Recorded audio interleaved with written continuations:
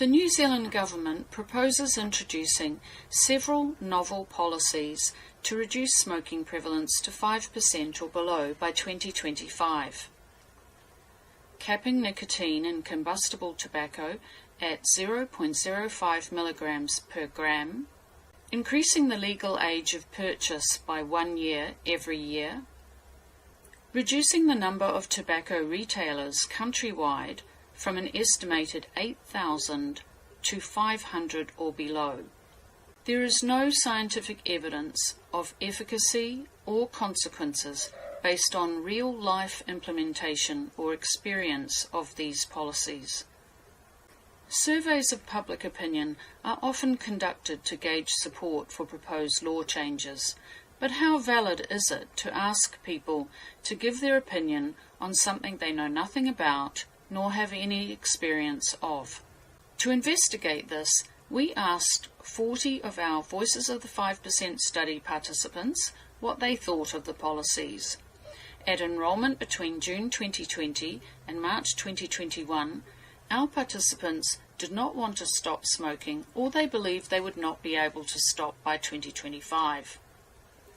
We use the Affective-Propositional Model for our theoretical framework and discourse analysis to identify snippets of talk that reveal the thought process people go through when asked to express an opinion on a novel concept.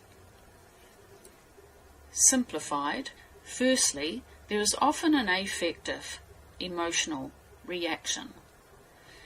The next cognitive step is to look in one's mental filing cabinet for existing knowledge on the concept. And people look for something they know of or have experienced that they imagine might be like the concept. They then assess their imagined concept, or having found nothing on it, they detour to assessing the intent of the policy for alignment with their values. To illustrate, let's look at how people responded to the proposed cap on nicotine in tobacco. Some people didn't have a gut reaction because, as they said, "I don't know. I've never smoked a cigarette with no nicotine." Another said, "I couldn't put an opinion on that until I give it a go."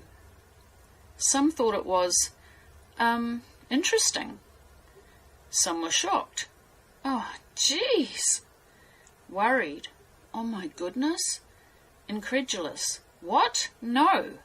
"Oh, really?" And some were angry or expressed disdain. That's ridiculous. Having no experience of smoking a cigarette that has such a low level of nicotine, some people thought it might be like low alcohol beer or vaping with no nicotine. But smoking these very low nicotine cigarettes is nothing like these examples.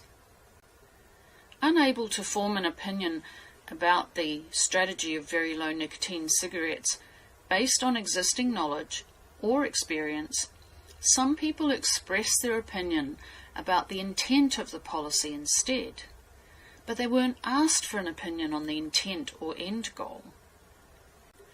Ethically, policy analysis of extraordinary prohibitions should consider scientific evidence of potential negative consequences. Participants expected these to include a worsening of mental health conditions, people switching to more harmful substances, growing their own tobacco, there'd be backyard manufacture of ways to put nicotine back into low nicotine tobacco, and increased black market and associated crime. Asking people if they support these novel policies is like asking them if they like living on Mars. If the subject of a question cannot be comprehended, then the question is not measuring what it was intended to measure. This is just one bias undermining the validity of consultation and attitude surveys about these novel ideas. Robust scientific evaluations of the effects of unprecedented novel ideas on real-life communities are needed.